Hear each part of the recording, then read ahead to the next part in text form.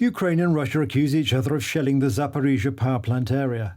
Any damage to the plant is a threat to international security.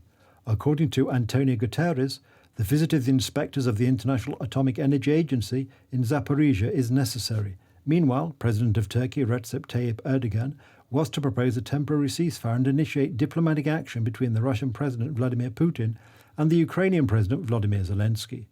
Negotiations would take place in Istanbul. The talks in Lviv are still underway. The danger of radioactive contamination is just one of the threats Ukraine is contending with. Without international support, Kiev has no chance in an unequal fight with Moscow. So Ukraine's President Volodymyr Zelensky yesterday asked the governments of Latin America to stop trading with Russian companies.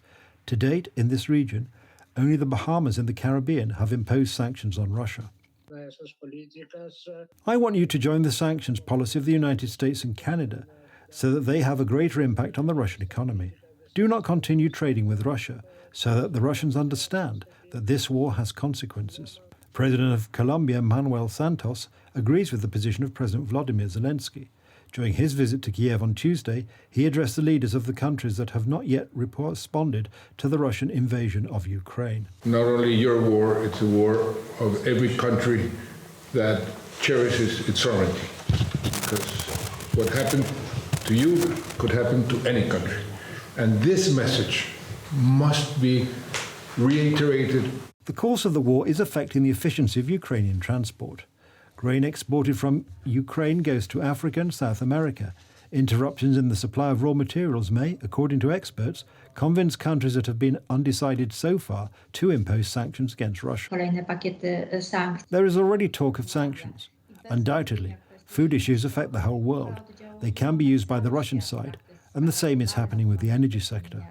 The effects of the war in Ukraine also affect Europeans. Germany will introduce a new tax for households. It is intended to relieve state-owned companies from the costs that are a consequence of the withdrawal from Russian gas. For ordinary citizens, this means higher bills. This fee is the fairest way to spread the costs we are currently dealing with. The increase will protect us from the collapse of the German energy market, and with it the collapse of a large part of the European market. Meanwhile, rising energy prices and gas supply shortages are worrying the people of Konrendorf in northern Germany. The mayor of the town has created his own heating network, to which nearly 50 households have been connected. The local network uses wood waste that is unsuitable for use in the wood industry. We did not see it as an opportunity to save money. The local heating system is old, so we decided to replace it.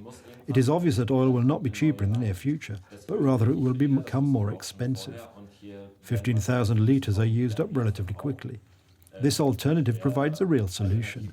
The heating material is practically around the corner. It is local, it grows back. This prompted us to take advantage of this solution. We made a decision right away. Now, when we hear information in the news that gas is getting more expensive, or that it is not known how much gas will arrive, we are just making sure it was the right decision.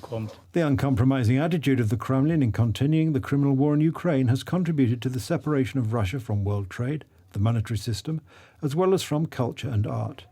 The Estonian government has decided to remove all public Soviet monuments in Narev, located on the Estonian-Russian border.